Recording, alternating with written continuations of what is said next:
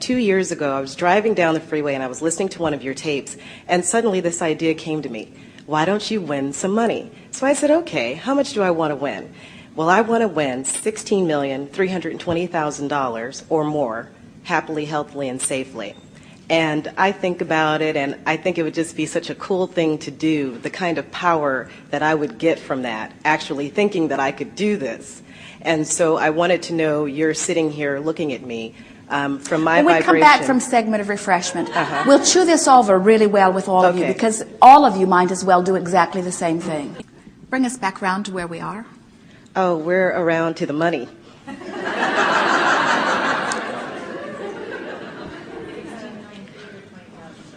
Or more, yes. Do you think that you've ever asked for money before? Yes. Do you think you've ever asked for an amount of money before that you have not received? In other words, is this your first attempt at clarifying the amount of money you're wanting to receive? No, I've asked for amounts of money that I have received. I've never not received what I asked for. So you're in the perfect place of receiving, aren't you? No. And how is that? I haven't gotten it yet. And so does that mean that you are not in the place of receiving it, or does that mean that, in other words...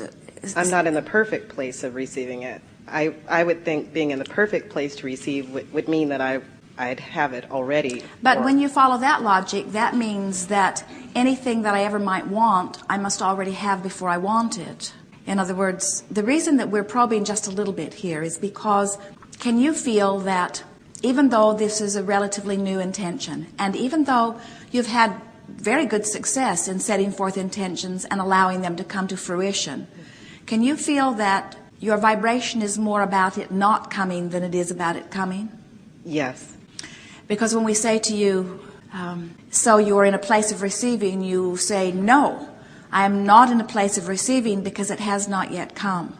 And so how can you get into the place of letting it come from your place of being so aware that it has not come? That's why I'm here, asking you. Well, see, that's the most important question. How can I be aware that something that I want isn't, and let something that I want be? That's the hurdle. That's the only hurdle. And so if you are really wanting something and therefore every day really checking to see the evidence and coming up with evidence that says it is not coming, then you're keeping that vibration activated. The vibration that is activated is, it is not coming, it has not come, it might come, but I haven't seen it yet. And you know, even though that's a hopeful vibration, it might come. In fact, I think it will come, but it hasn't come yet. Still, that's a vibration that could hold you in the place of not allowing something to manifest forever.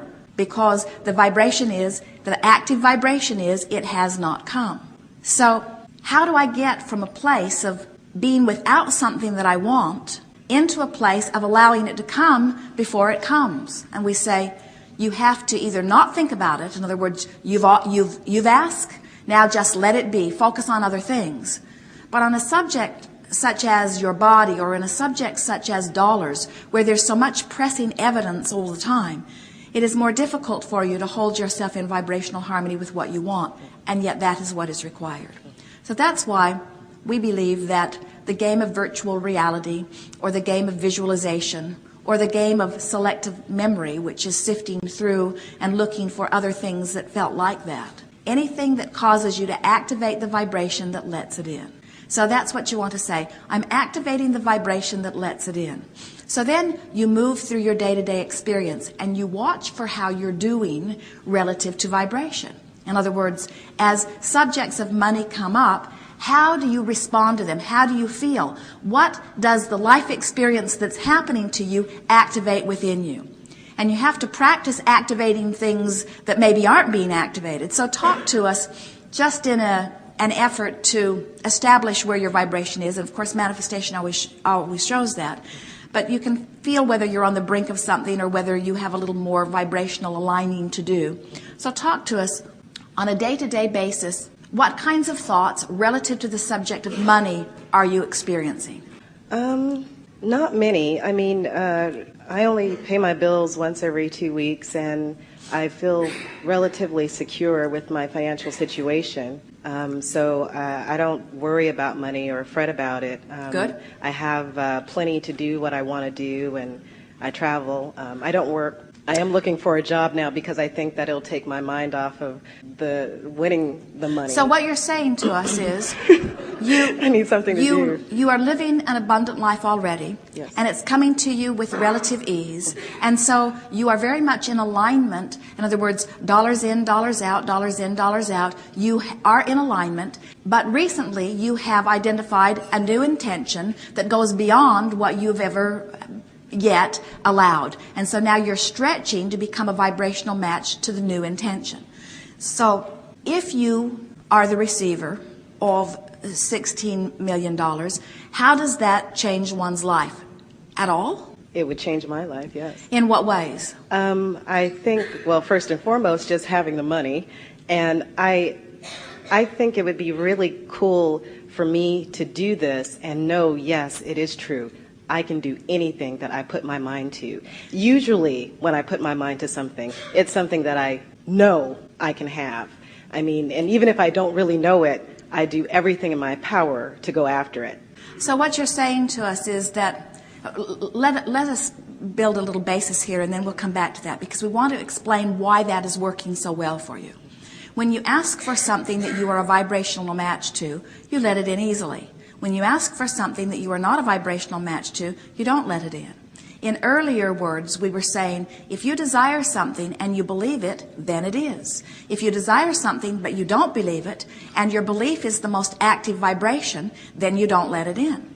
So if you desire something and you don't believe it, but you don't think about what you believe, you just think about what you desire, then it doesn't matter what you believe because it's an inactive vibration. The desire is so much more active that then it is. So whether we're talking about desires or beliefs is really not important. What is important is what is the most active vibration relative to a subject. So you say, well, I have desired dollars, but I have, for the most part, desired only those things that I believed I could do. So I stretched beyond that, which maybe others were stretching, but I always knew that I could do it. So what you're saying to us is, I kept holding myself in vibrational balance because I didn't let myself desire beyond what I believed I could pull off. Right. And then there was that time of ripple where you taught yourself that you could pull off more than you'd pulled off before, yes, but it required a lot more effort than you were really willing to apply. And so then you sort of backed off and got that into alignment until now you have yourself in a very nice place where there are dollars that are flowing comfortably, where your work effort is in alignment, and now you're wanting to sort of test the system by saying, how far can I go with this? Yes. Now, ordinarily, we do not encourage tests, although the universe is very compliant because the universe will always show you results, and that's what tests are. Tests are applying some sort of activity and then watching for the results. And so it really is not so different from what life experience is about. What I think and how I feel and what manifests is always a vibrational match. So you always have those test results readily available, don't you? Yes. So now you're saying, but I want to reach far beyond what I have allowed before. Would you say that you're reaching far beyond? Yes, I am. I mean, I just came to the conclusion. I said, well, you know, I listened to your tapes and you're like, what is it that you really want? And, you know, I wanted things that I thought I could have. And then finally I said, hey, wait a minute. This is what I really, really want. I mean, but the thing we want to get to is when you want something, and it is not inappropriate to say, I want this to show myself that I am a deliberate creator. Unless what you're saying is, I'm not sure I'm a deliberate creator. And if I could really pull this off, then I would be sure that I am really a deliberate creator. Right. So then the basis of your thought is, the dominant basis from which you are offering your vibration is, I am not sure that I am a deliberate creator, but if this would happen, then I would know it. Yeah. But from that place of not being sure, you're not a vibrational match to it. It's like you can't get there from there. Mm-hmm. Isn't that interesting? Yes. So then you say, well, I am a deliberate creator. I'm a deliberate creator. I created this, and I created this, and I created this. Now you're a vibrational match to being a deliberate creator. And how much you create, how big it is irrelevant. In other words, once you know you're a deliberate creator, And then you say, yeah, but I'm a deliberate creator because I've never asked for anything more than I knew that I could pull off through my belief system. And so now I want to be a deliberate creator that can go beyond what I believe. And we say, there you are, back in that place where you can't get there from there. So don't give up. Okay. So now you say, all right, why do I want $16 million? Why do I want it? Tell us again. Well, what you said, I want to prove that I'm a deliberate creator. And which is not working out very well, so let's leave that one aside. Okay, we'll leave that over here. And let's see, I also want it because I've already picked out the place I want to live. I've already picked out my car, all the things that I want to give to my family and my nieces and nephews and to charities. And it would make me feel very good to have that kind of money. Now talk to us about the charities. One of the charities that I'm interested in is I want to give people a chance who work very hard, give them a chance to get their education. Because now, let's stop for just a moment and let's dissect this just a little bit, because what you're saying is, I want to prove that deliberate creation is possible. I want to prove that I am a deliberate creator. So I want to receive $16 million so that I can give it to others who don't know that they are deliberate creators? Yes. I want to do for them that which they have not figured out how to do for themselves. Can you feel how convoluted all of this sort of is? So the thing that we want to help to reestablish within you, because it's very clearly within you, we just want to sort of uncover it a little bit, is that when you ask, when anyone asks, it is given. The thing that is interesting about wanting the $16 million for the things that you want, yes, and to give to others, is that what it's actually coming from is a basis that says life is pretty hard for a lot of people, and this deliberate creation isn't working for everyone. And we can hear what you're saying. I would like it to work for me so that I could be an example of it working, so that I could assist others in understanding that it works. But still, there's some screwy stuff in there that says, I need to do it in order to prove to them something that's really hard. And you've got to get into this place where you understand that it is not a hard thing to do. In other words, it is not a hard thing to ask. Life experience causes you to easily ask.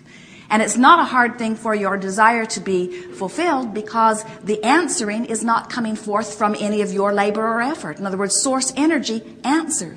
Sometimes it is of value to step back a little bit and try to look at the well-being of the planet, to realize how much well-being is really here. In other words, it's huge. It's huge. Do you think about it? Oh, yes. The planet spinning in its orbit and the food continuing to be there. In other words, the well-being is so big. But we think, you and so many others, have been watching your news broadcasts where the not well-being is emphasized. If they were really fair with you, if they would display the bad news proportionate to what's really happening, in an hour broadcast it would be like zzz, across the screen. Zzz.